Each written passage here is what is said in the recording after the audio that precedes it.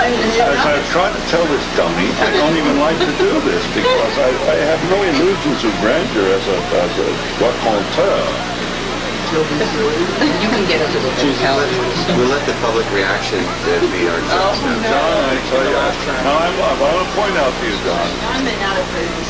John, whether you like it or don't, or whether but you must never forget that you are my son-in-law, and married to my only and most beloved of all daughters, since she's the only one. Don't make me laugh. I'll make it again. And I say to you, John, in advance.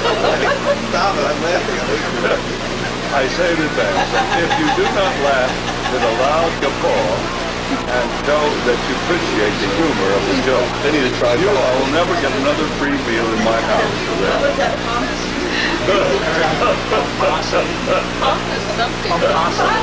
Pompous something.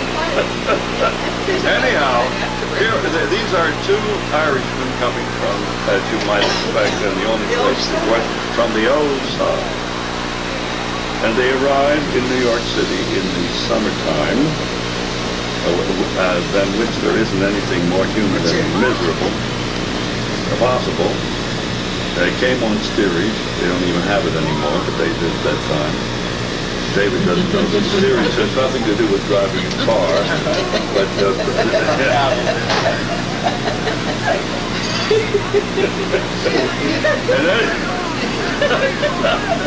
in any case, they naturally having no money. They found themselves in a flea bag hotel somewhere in Manhattan. Who's going to take the whole thing? Vanish the battery, right? The battery's done. You want an extravaganza or not? I'll make you stick to the camera. Okay, so what happened was they got they got in bed.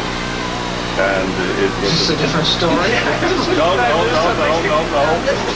were in this flea bag hotel, and they got in bed, and it was very hot, and they were lying there with no covers on. These are two men, and they aren't homosexual.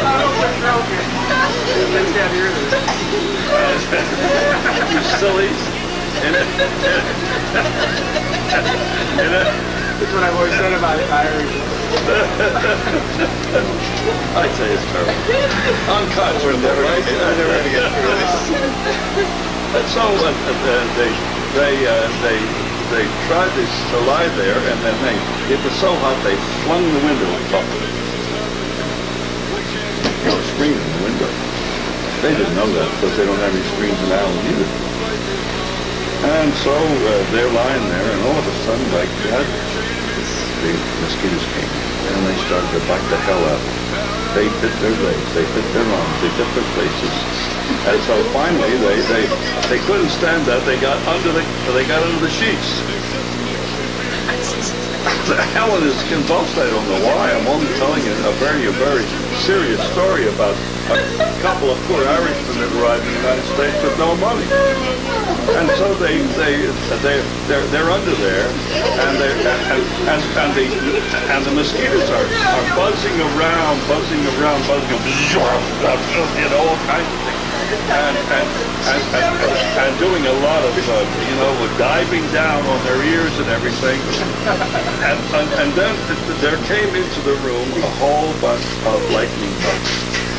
There happened to be out there too. Just had nothing else to do, so they came to the room. And the lightning bugs were flitting around. You know how lightning bugs are. They flit around like this.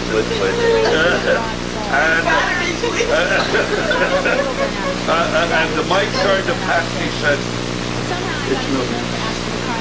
Might as well pull the covers down off our faces," he said, "because they're coming after us with lanterns."